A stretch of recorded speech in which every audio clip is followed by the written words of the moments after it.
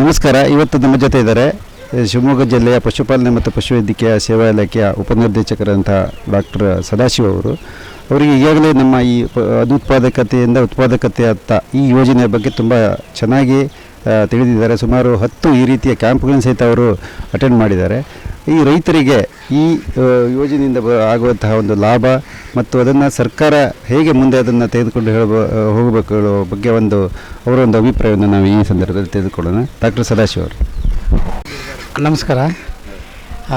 ಶಿವಮೊಗ್ಗ ಜಿಲ್ಲೆಯಲ್ಲಿ ಸುಮಾರು ಇದುವರೆಗೆ 35 ಕ್ಯಾಂಪ್ಗಳನ್ನು ಈ ಅನುತ್ಪಾದಕದಿಂದ ಉತ್ಪಾದಕ ಎಡೆಗೆ ಅಂತ ಹೇಳ್ಬಿಟ್ಟು ಮಿಶ್ರತಳಿ ಹಸುಗಳ ಮತ್ತು ಏನು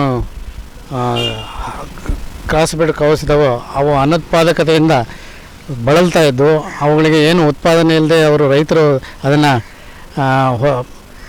ಹೊರಗಡೆ ಹಾಕಬೇಕು ಅಂತ ಬಯಸಿದ್ರು. ಅಂತಹ ಸಂದರ್ಭದಲ್ಲಿ ಈ ಒಂದು ಯೋಜನೆ ನಮ್ಮ ಕಾಲೇಜಿನಿಂದ ಬಂದು ಪ್ರಾಧ್ಯಾಪಕರು ಶ್ರೀಧರ್ ಅವರು ನಡೆಸಿಕೊಟ್ಟು ನಮ್ಮದಾಗಲೇ ಸುಮಾರು 350 ರಾಸುಗಳನ್ನು ತಪಾಸಣೆ ಮಾಡಿ ಅದರಲ್ಲಿ 335 ಹಸುಗಳು ಕನ್ಸೀವ್ ಆಗಿ ಒಳ್ಳೆಯ ರಿಸಲ್ಟ್ ಇದೆ ನಮಗೆ.